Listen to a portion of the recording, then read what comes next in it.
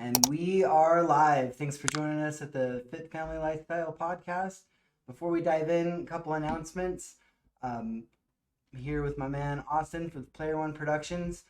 Listen, if you're looking to do a photo shoot, if you need some photography, if you have a business and you want to film a commercial, or you just want some creepy robot drone following you around while you do cool stuff, he's your guy. Hit him up. Player One Productions, link in the description. As I mentioned before on previous podcasts, I am an EPN sponsored athlete. EPN is Enhanced Performance Nutrition. They have premium products, delicious flavors, and transparent ingredients. Speaking of delicious flavors, I was raving about the Cinnamon Toast Crunch protein powder last time, and I've been talking about it constantly, but I decided I should probably, since I'm sponsored by them and I'm promoting their products, I should probably try some of the other ones. Yeah. So on a whim, I was like, well, I'm not a huge cookies and cream fan, but my wife likes it. Let's try it. And let me tell you, I feel pretty guilty because I was loyal to the Cinnamon Toast Crunch, but this stuff is absolutely amazing. It's delicious. And, I made a protein shake the other day, and actually I had to just remind myself that I was drinking a protein shake and not just a milkshake. It's really that good. So it's got 30 grams of protein, only 130 calories, 0 added sugar, and only 4 carbs. It's good stuff. It's really amazing. So if you're looking to get some supplements, you can use the unique link in the description. You don't have to use a special code or anything. You get 10% off on any of the products. There is protein powder. There's pre-workout, there's non-stim pre-workout, there's vegan super greens, there's BCAAs, just anything that you're looking for in delicious flavors, really good stuff. I wouldn't promote any products that I myself didn't use and or believe in, so check out EPN. Again, link in the description for 10% off. Lastly, if you're somebody who's been looking to get in shape, looking to start your fitness journey, maybe you've been on a weight loss roller coaster where you've gained weight, lost weight, then gained it all back, or maybe you've never known how to get started with working out, eating right, things like that. So if you're looking for some information on that or want to find out what getting started looks like, hit the link in the description for my stand store, Casey Dark Fitness, and book a free call with me, and we'll talk and see what kind of things you need and get you started. If you're somebody who's been thinking about this for a while, you've already drawn that line in the sand, you're ready to get started, you're ready to make a change, you can sign up right there on the store for my 12-week transformation program. And listen, the 12-week transformation program is 90 days. It's going to get varied results for everybody, but what it's really going to do is help you cultivate and build those habits that are going to continue for 9 months, 10 months, 10 years, for the foreseeable future. So it's about creating a healthy, sustainable lifestyle that you can keep going with. It's not some crash diet. It's not some fitness program that get ripped in 90 days. That's not what it is. It's about building sustainability. It's about losing the weight and keeping it off, attaining a level of fitness that you want, and maintaining it for the long term. So again, link in the description. And with that, I'm going to introduce our special guest today. We're going to go ahead and play a video, so check it out.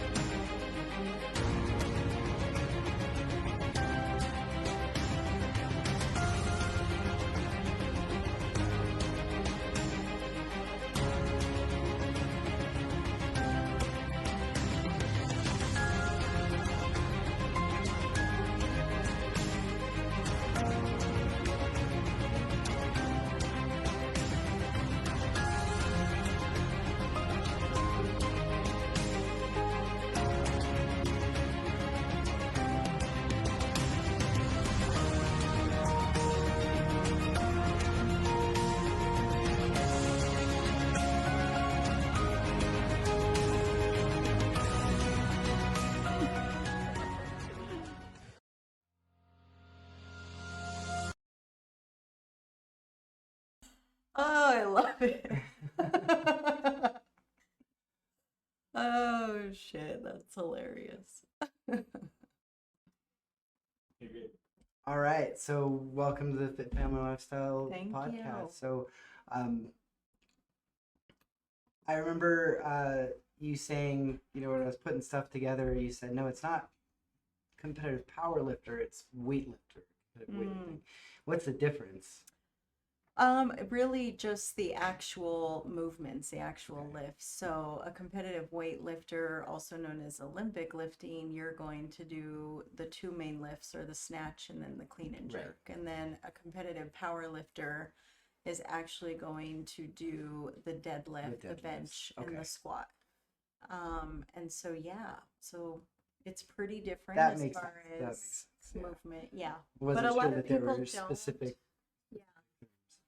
So, I've known Jenna for several years. We actually used to work together. She was a clinician at a residential treatment center that we both worked at, and loved working with Jenna because she was, as I called, a no BS therapist. She wasn't about the fluffy feels most of the time. She was about, calling stuff out and no filter and just saying it like it is. Not just with the clients, but with just people in general. She would speak her mind and definitely always give really helpful advice, even if the advice wasn't something that made you feel good. It was what you needed to hear, and it was important. So it's no surprise to me that you ended up in the coaching realm and helping people in that way. So I guess what I want to start with is just talking about your personal fitness journey and how did you get to a point where you're lifting heavy things and doing all that. Yeah, I mean, sometimes I don't know. I question it every day. I'm like, how did I get here?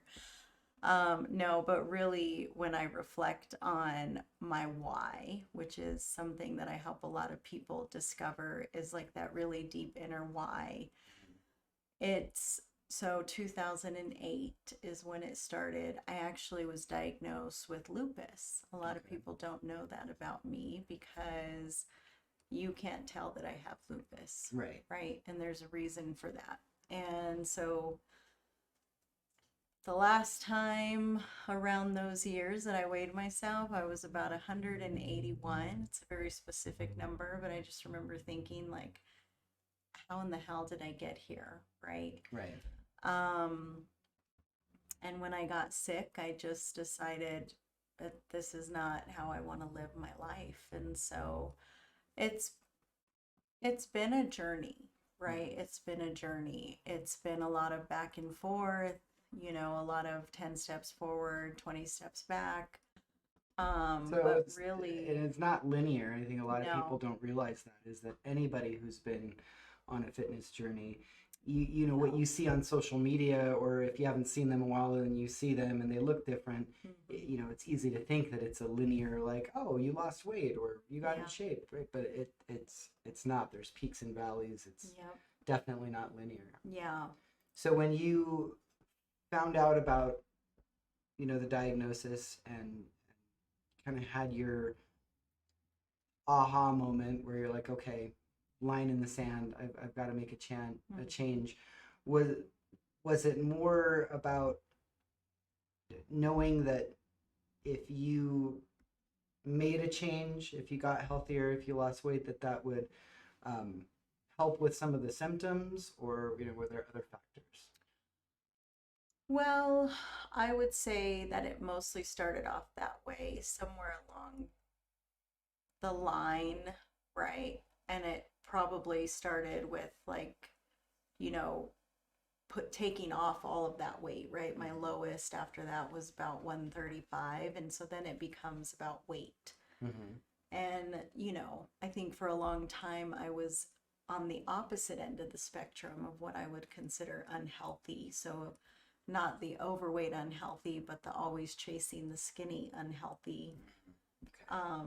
And when you're chasing the number on the scale, you stop falling in love with the journey. And that's something that I think a lot of people are hearing right now is like fall in love with the process, fall in love with the journey. Because if you're not able to do that, there is no end goal, right? There's no point to where we stop doing, like you just said, building in habits. There's no end to that. Right. You don't stop doing that, because when you do stop doing the things that help you, you're just going to go back to where you were. And I refuse to go back to where I was. And I can confidently say that I've never gone back to that place. I've never had another, we'll just say like a lupus flare up is what they call it, right? I've never had Right. another severe flare up.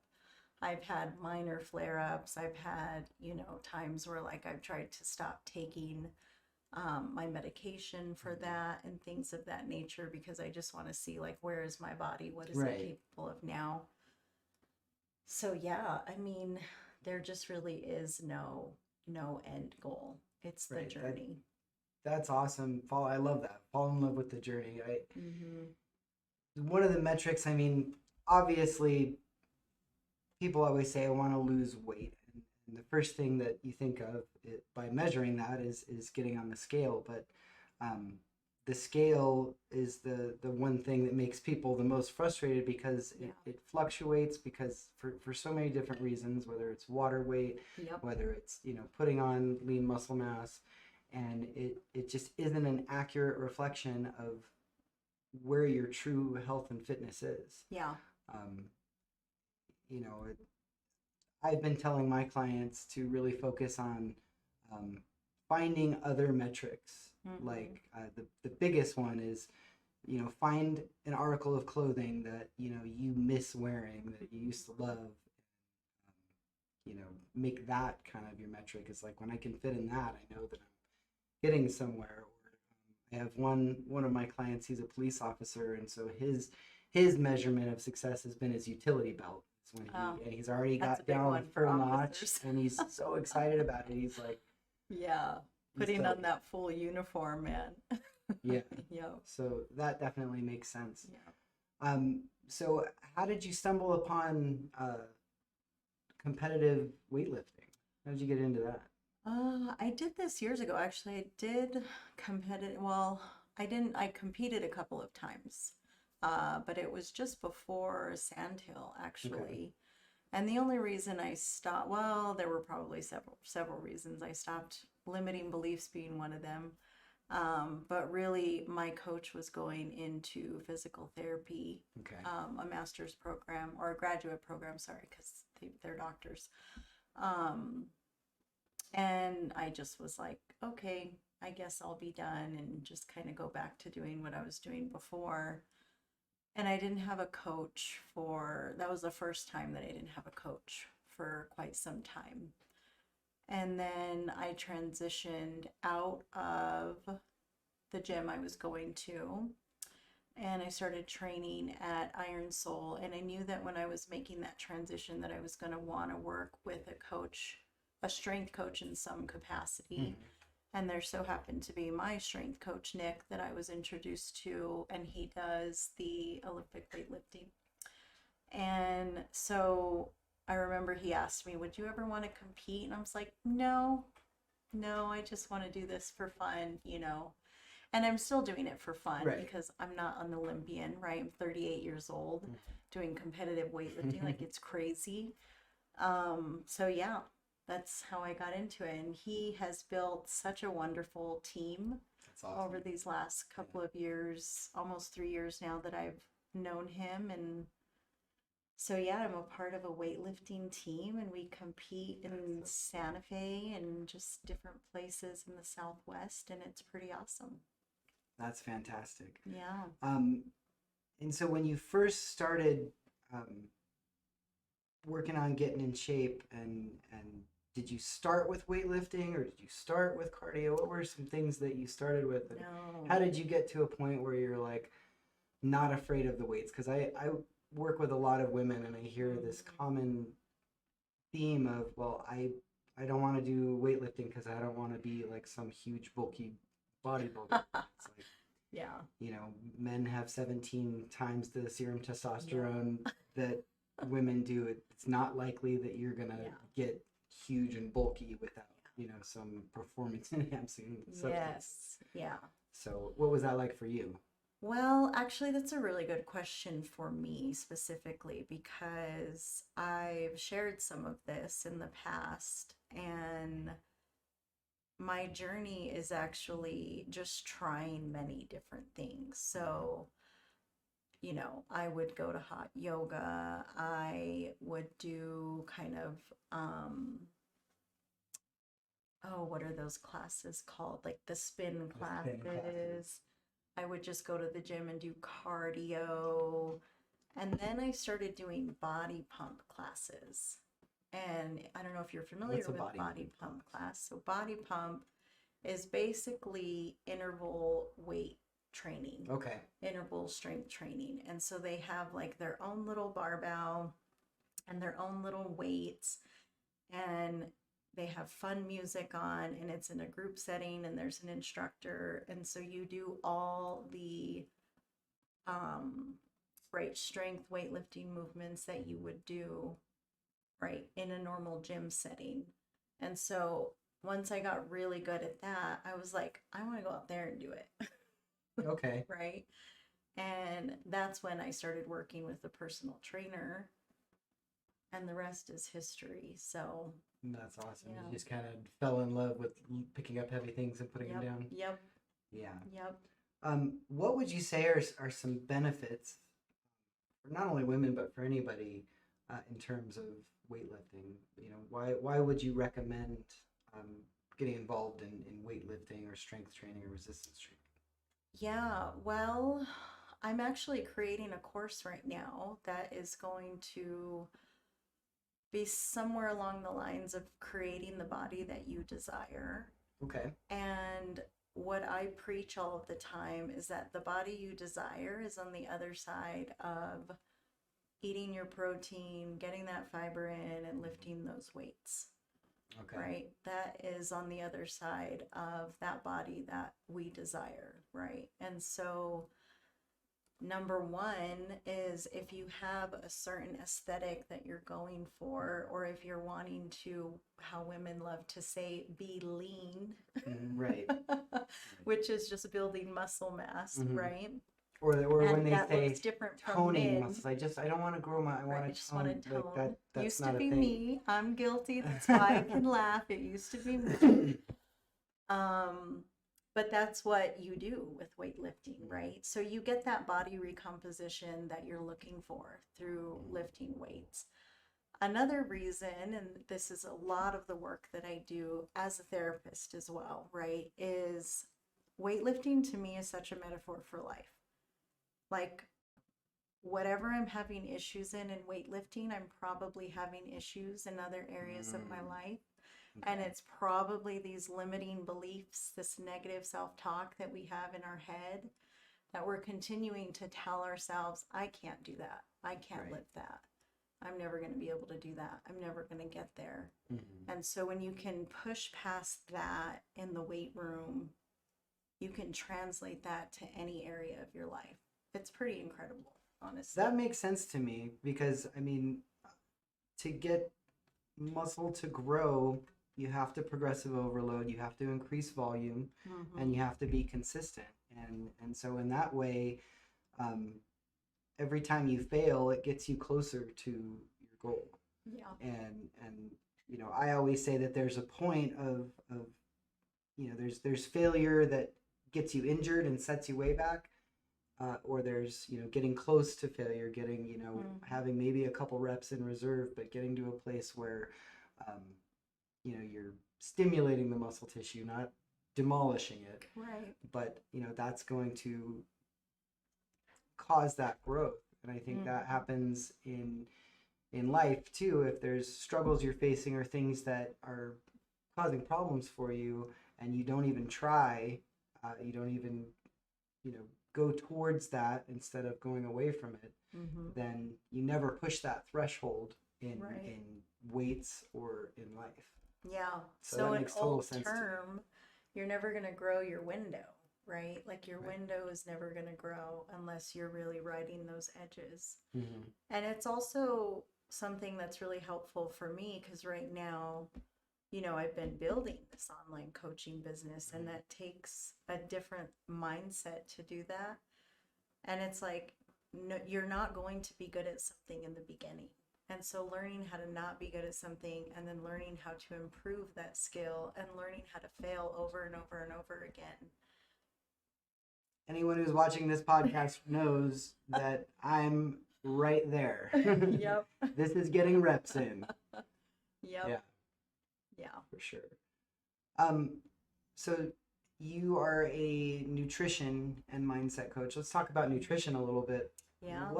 What are kind of your core philosophies around nutrition? What are some of the things that you teach? So I work a lot around changing people's behavior around food and their mindset around food. So really changing their relationship with their body, with food. I use core habits to help do that. So I work with high level coaching clients where it's 3 months, 6 months, a year, right? Okay. And then I have master classes, and then now I'm creating courses, right, to be able to work in more of a group setting, and really just helping women learn to trust themselves with food. I think that's the biggest thing. So my most recent thing is I bought about 10 boxes of Girl Scout cookies. Yep. Like, who does that? Who does that? People who can trust themselves with food, or people who are going to binge eat all of them, right? I still have more than half in my pantry, and it's already been almost a month that I've had them. And I also have a husband who's been here helping eat them, right? And I just like to be able to trust yourself with having snacks, with being able to learn how to eat the foods you enjoy again, learning that you don't need to restrict yourself to actually be in a calorie deficit, or to lose weight, or to build muscle, or whatever your goals are, right? So yeah, I would say those are the biggest things. And, some of the anchor habits that I help teach women are, let's practice eating slow. Okay. Let's practice paying attention to our hunger and fullness cues. Right. Let your brain catch up with your stomach. Mm-hmm. I struggle with that. I always eat really fast because I'm always busy doing a billion things. I don't have the issue where I'm overeating. I'll still, manage my portions and my calories, but I definitely eat fast, so I could see that being a problem. Yeah. I really like that approach of really changing the behavior, and I like how you put it, learning to trust yourself with food, because a lot of times the advice you'll get is, I actually heard this the other day, just stop keeping crap in your house that is unhealthy for you. That's the worst advice. And you can do that, but you could also get in your car and, in a weak moment, go buy something, or,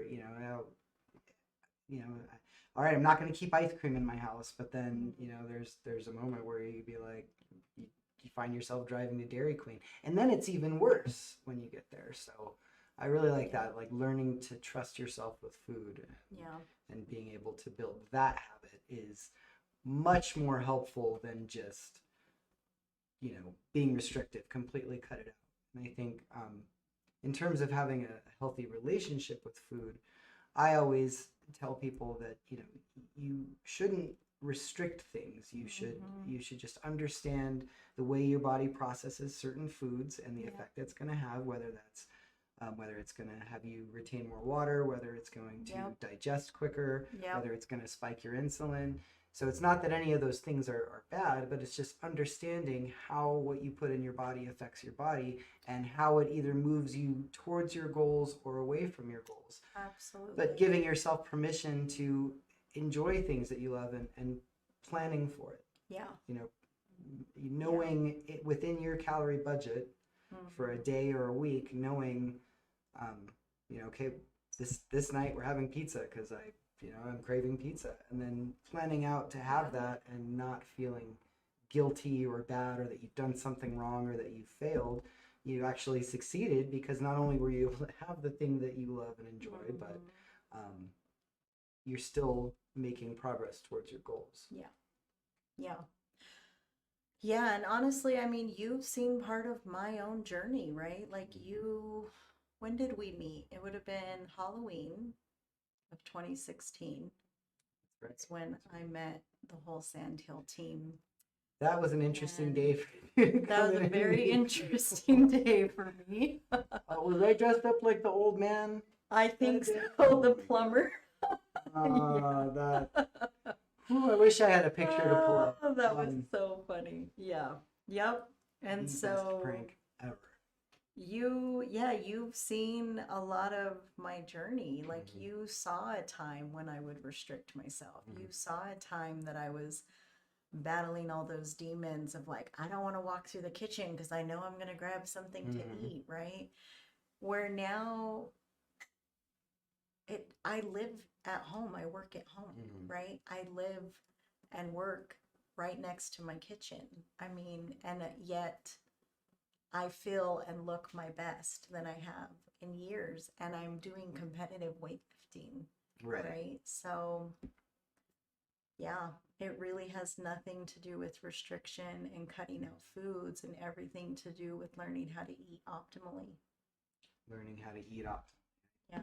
I really, let me look at something here. So those challenges that you've had to overcome, what would you say was, in this process, what has been the biggest challenge that you've had to Hmm.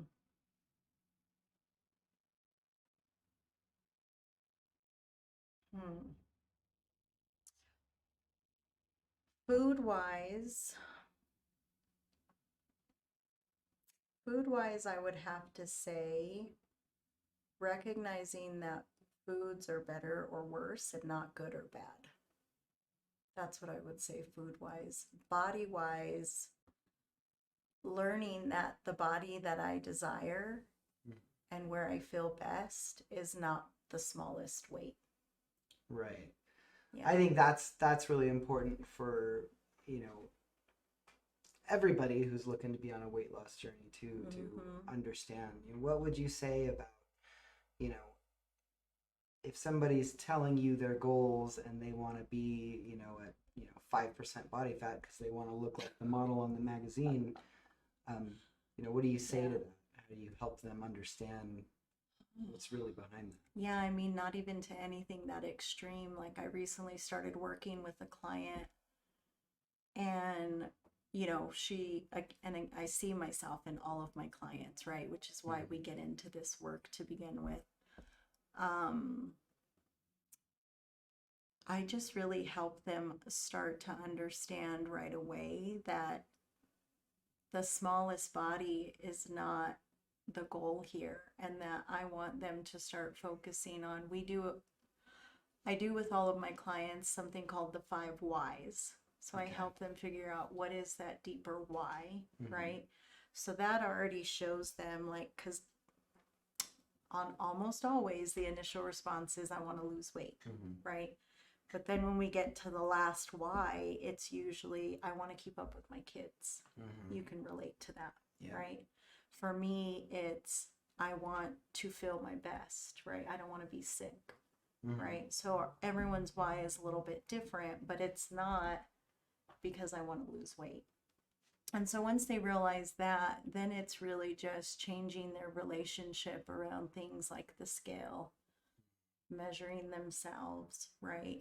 And really just helping them understand that it's not about the weight, it's not about the number, it's about where do you feel your best? And what does that look like? What are the habits that you're doing? What are you doing day in and day out for that? Right? Yeah. Right. And where do you feel your best? I think that's important because there's a level of fitness, like when you look at competitive bodybuilding, and you see them on stage and smiling and flexing, at that point of competition, I mean, they're miserable. They're grumpy, they're cranky. I mean, cutting down to 5 to 8% body fat is Difficult. You can't maintain that for the Yeah. long term. And that process, I mean, I've never competed in that realm, but competing in jujitsu and martial arts tournaments, I would cut weight to make weight for the competition. And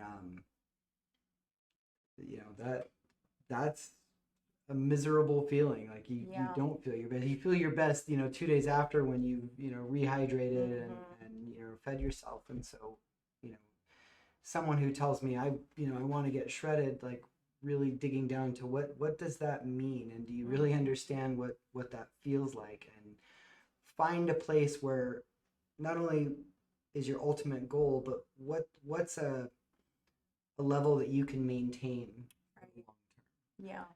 And that you're comfortable with, you feel good in your body, you feel healthy, you like the way you look, and maintaining that year in and year out. Yeah, what's sustainable, right? For sure. Yeah, and this, again, like clients will kind of come in and they'll start working with me and they think that I'm just going to give them their macros right away, and and I'm like, no. For one, that's not the realm of really what I even do for the most part. I have knowledge and background and training in that, so we get there, but it's like I need to see where you are first in terms of how committed are you to even work on these habits before we even get to tracking your food, right? Because that takes a whole different level of discipline. Oh, definitely. Yeah. Definitely. I think people will say, I'm just having trouble getting, motivated. I can't find the motivation. And I will talk about how motivation is fleeting. Yeah. And 9 times out of 10, you're not always going to be motivated to go exercise. Even if you love exercise, there's still going to be days where you're more likely to feel undermotivated than overmotivated. Yeah. I go to the gym almost every day, but it's it's a routine for me. It's not so much I wake up in the morning and I'm like, yes, I'm going to the gym. This is awesome. It's 4:30 in the morning. Let's get it. Yeah. No, usually I'm like, I don't want to get up. Let's do this. And so that's not motivation. That's discipline. That's discipline. That's discipline. And discipline is doing things even when you don't necessarily want to, or you don't feel like doing it. You do it anyway. Yeah. And what I find, and I'm sure other people find this as well, is that after doing that, you're glad you did. I've never drug myself to the gym and then left the gym going, God, I wish I would have just stayed in bed. No, I feel great, and I feel proud of myself, and there's like that dopamine hit of like, yes, I did it. And there's kind of the virtue of, even though I didn't want to, or even though I'm really tired, I did it anyway, and that's a self-esteem boost. And regardless of whether I hit any personal records at the gym that day, I still feel good that I went and did it, even though it was difficult to do. Yeah.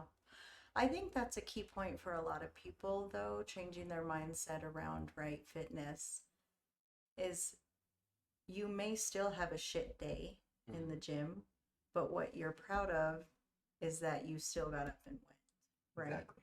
So I left the gym crying just yesterday, and I was like, why the fuck did I even get out of bed? Like, this sucks. This is horrible. And I left, and I had an appointment that I went to, and then after I realized that appointment went so quickly that I still had a couple of hours before my workday started. And so I thought, let's have a redo, right? Let's go see what I can do now. I was able to have some caffeine, which I'm learning is truly a performance aid for myself, which we know that, right? Research shows that. And yeah, it was just a completely different mindset and completely different results. Right, that's awesome. And you always can go back and do a do-over. I love that. Yeah. So, but it's not always going to feel great, even when you show up. I was telling one of my clients this today. I said, because she was talking about being really tired and really proud of herself for still doing the workout. And I said, you should judge, where you're at in terms of your fitness, not on your best day, but on your worst day. Yeah. Because balance of probabilities, you're going to have more days where there's something going on in life, or maybe you didn't sleep, or maybe you're not just feeling that great. Those are going to be more than the days that are few and far between that you're just feeling on top of the world and you're awesome. And that's where, you judge where your real performance is. How am I performing on a day where I'm not 100%? Yeah. That's the bar for me. Yeah.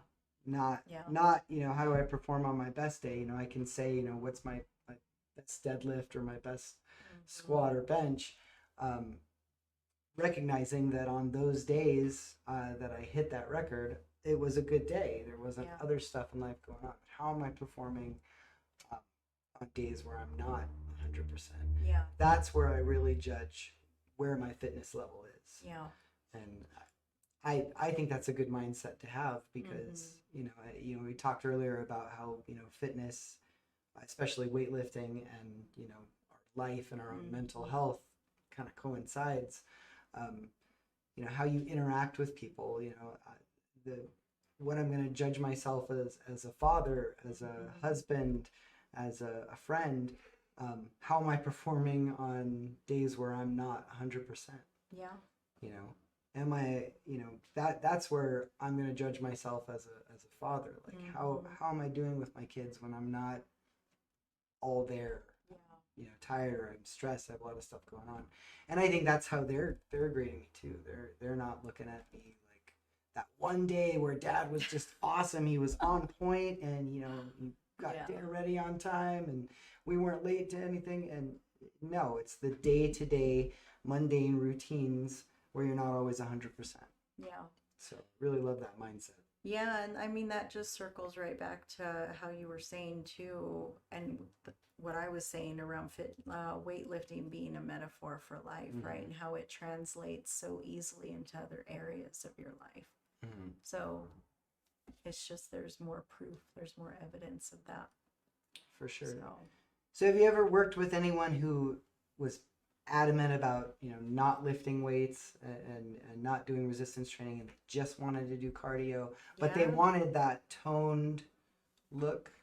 Have you ever ran into a situation like that? Or if you did, what would you say to them? I haven't ran into a situation like that. If I did, though, I think I would just go back to, like, what is it that you're really seeking? Like, what is your why? What is, if they had a goal, which, I have to help them see, like, what is their end goal, right? Because then it's sort of like, well, if you're ever trying to get near that, these are the things that you're going to need to do, right? And these things don't just happen overnight. What I have had, though, is a client that I have now, and if you watch this, I'm calling you out. She wants to lose weight, and the reality is if you want to lose weight, this is actually really important information. If you want to lose weight, you just need to be in a calorie deficit. Yep. But if you're trying to change your body, right, if you want that body recomposition, then you need to be working out in some capacity, right? And so I was helping her really just get in the gym, change her mindset around the gym, find workouts that she enjoys in the gym. And she just wouldn't go. And then she would go for like 3 months, and then she just wouldn't go. And then now again, she's like, I think I really want to start going back to the gym because I feel my best. And I'm like, there it is. You feel your best. So do the things that help you feel your best, right? And so she's been a little bit better about getting back in the gym. Good. Yeah. Good. Yeah, I mean, when someone has that notion of I want to lose weight, but then they're telling you that they want kind of a different body composition. I mean, I've even had the conversation of, well, I want to lose this fat, but I don't want to lose my booty. I'm like, you're gonna lose the booty. You're gonna lose some of your booty, but building that up. If you're looking for a specific body composition, you can't spot target fat, but you can spot target muscle. Yeah. And that's going to require resistance training. You're going to have Yeah. to put the muscle under some tension, and running for hours at a time isn't going to do that. Not knocking running. I used to be a competitive runner. I enjoyed running, but I even remember when I was running at 6 miles a day or more. Wow. I had a higher body fat percentage because I wasn't resistance training. Everything that I was doing was cardio, and so my body was kind of holding on to more fat, and I had smaller muscle mass. Yeah. Because that my body knew that if you're going to be doing this to us and making us run 6 miles out in the mesa, then we need to trim down so that the machine is running optimally. Yeah. And so it's really about finding those goals and what you really want, but then understanding what it takes to get there. Yeah, absolutely. That's where the mindset work comes in, right? So yeah, just really helping people shift their perspectives can be really powerful. So if you could give women, or really anybody who's looking to get started on a fitness journey, if there's one piece of advice, one takeaway, kind of an elevator pitch, what would be the biggest thing that you would tell, the one nugget of advice in terms of nutrition, mindset, fitness? What's one thing that you would want to leave them with, and kind of the most important thing to take away? I'm not saying this because I'm a coach. I'm saying this because I've learned how to invest in myself with numerous coaches and personal trainers over the year, from nutrition to strength to physical therapy to massage work, deep tissue stuff, to my business coach. I get a coach, honestly. And if you don't get a coach, get a program from a qualified coach, right? Get yourself a coach in some capacity. Follow a program. Because if not, you're just trying to reinvent the wheel. And that's when we end up doing things like yo-yo dieting, or we might go to the gym, but then we don't know what to do. So we just get on all the cardio equipment, and that's effective. That's great for your heart health, but it's not going to get you those results that you want. So ultimately it'll leave you frustrated. Yeah. It's like throwing spaghetti at the wall and seeing what sticks, right? Yeah. The most successful people at anything, the one thing that they have in common is they all worked with somebody who not only helped them fine-tune those skills that they need, but held them accountable. Yeah. When I think about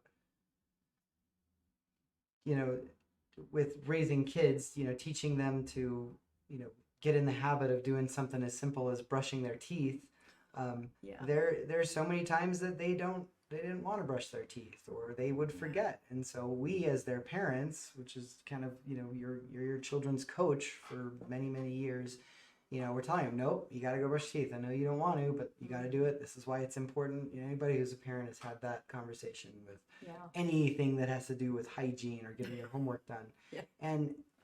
And so we build those basic habits that they need growing up, but then we as adults, we still need that in many aspects of our life, especially when we're trying to learn something new or do something.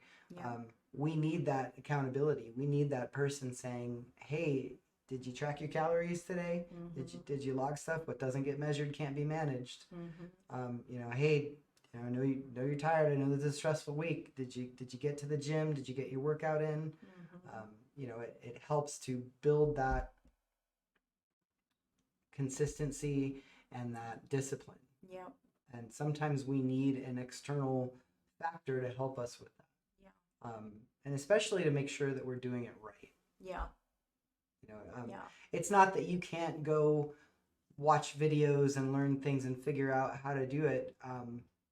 But that process could take much longer and have a lot more trial and error. Yeah. And so, I like the way you put it, invest in yourself. Yeah.